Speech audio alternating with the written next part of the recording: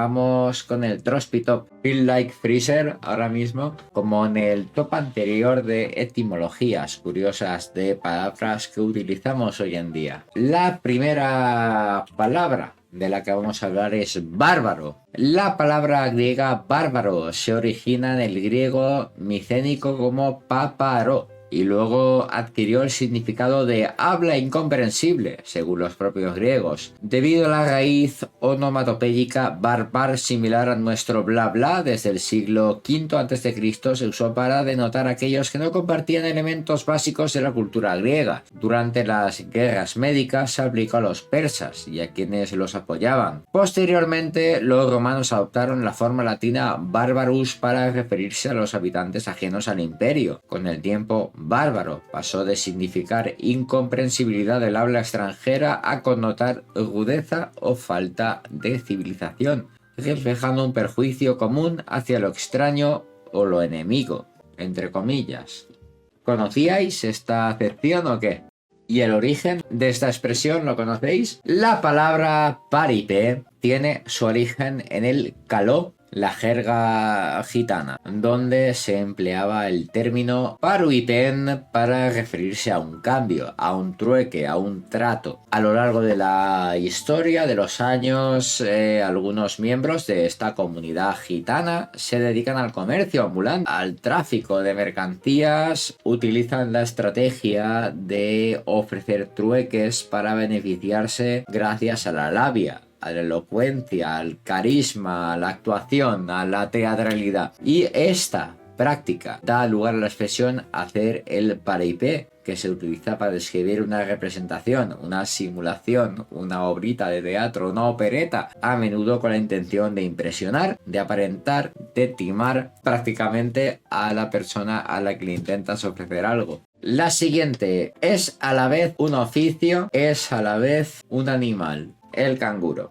Y es que el término canguro tiene su origen realmente en la palabra ganguru de los Gugu Ithimir, pueblos aborígenes de Australia, específicamente en referencia al canguro gris. Esta palabra se registra por primera vez en su versión inglesa, kangaroo, por el explorador James Cook el 4 de agosto de 1770, aunque existe una leyenda popular que sugiere que el nombre proviene de una confusión lingüística con la frase kangaroo, que supuestamente significaría no le entiendo en lengua aborigen. Pese a lo atractiva esta teoría de base, la anécdota aparece no obstante en la película La Llegada, donde la lingüista Louise Banks la utiliza como argumento inicialmente convincente para más tarde desmentirla, así que cero puto sentido. El término paparazzi. En 1958 Federico Fellini introdujo el término paparazzo en la cultura popular a través de su película La Dolce Vita. Todo suena a pizzería, ya lo sé, no os preocupéis. Nombrando así a los fotógrafos que acosaban a los famosos para obtener fotografías sin su consentimiento. El nombre se inspiró en el personaje de un hostelero calabrés llamado Don Coriolano Paparazzo, mencionado por el escritor inglés George Robert Gissing en su libro de viajes. Esto flipa lo rebuscado, ¿eh? Esta etimología fue ampliamente aceptada, incluso el ayuntamiento de Catanzaro creó un premio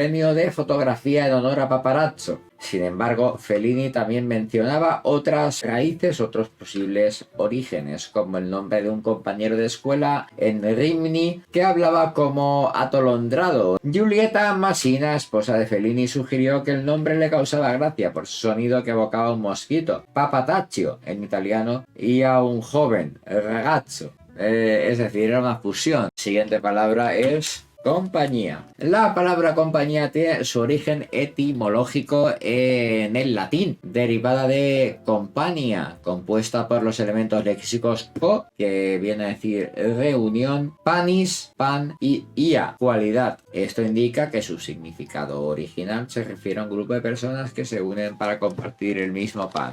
¿Qué os parece? Esta es más complicadilla, la de oso. Mira que una palabra con pocas letras. En la etimología de esta palabra encontramos un viaje personaje bastante curioso que abarca varias ramas del indoeuropeo, desde la palabra latina ursus, que es la primera en la que muchos habréis pensado, hasta derivaciones como Ursa Mayor y Ours en francés. En la antigua Grecia, Arctos dio origen a términos como Arcturus y Ártico, asociados a la septentrionalidad, algo que está al norte.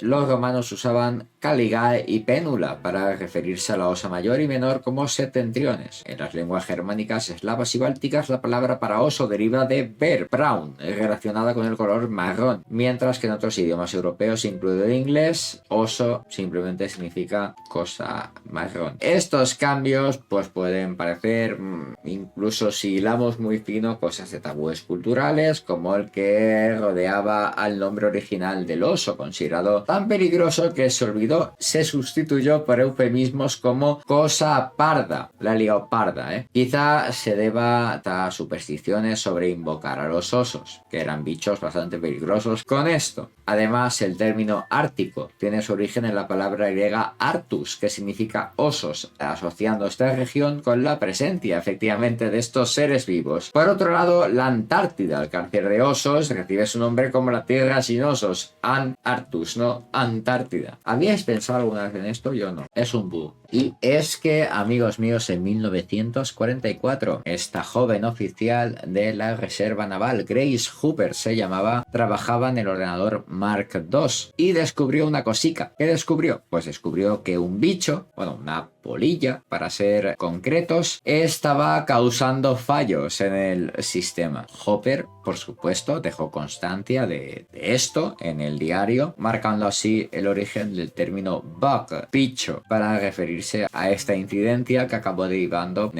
el lingo estándar para llamar a los problemas en un ordenador. La polilla en cuestión fue exhibida durante muchísimos años por el ejército y además ahora mismo forma parte de una colección del Museo Smithsonian. Conocido por los griegos como Struciocamelos, que significa literalmente pájaro camello, es que hay que joderse, pasa al latín como strucio o onis. Esta palabra llegó siglos después a la lengua provincial de Oc, el occitano, como struts, que es como, si veis, se llama prácticamente en catalán. En España, el struts provincial se estableció como estruz y eventualmente evolucionó a ave estruz, aunque la forma estruz persiste. De hecho, en el diccionario hasta 1884. Mientras tanto, en las Américas, el equivalente local del avestruz adopta el nombre indígena, más parecido a ñandú, que se usaba inicialmente por los guaraníes. La última etimología de hoy es la vacuna. Bueno, la técnica de la vacuna, como ya hablamos en otro programa hace tiempo, fue desarrollada en 1796 por el médico e investigador inglés Edward Jenner, quien observó que las mujeres que ordeñaban vacas contraían una forma leve de la viruela. Entonces lleva a cabo un experimento que demuestra en mayo de ese año que al infectar intencionalmente a un niño de 8 años, en concreto llamado James Phillips, con material de una lesión de una trabajadora, pues se podía desarrollar una cura. Se demuestra que el niño estaba inmunizado 6 meses después cuando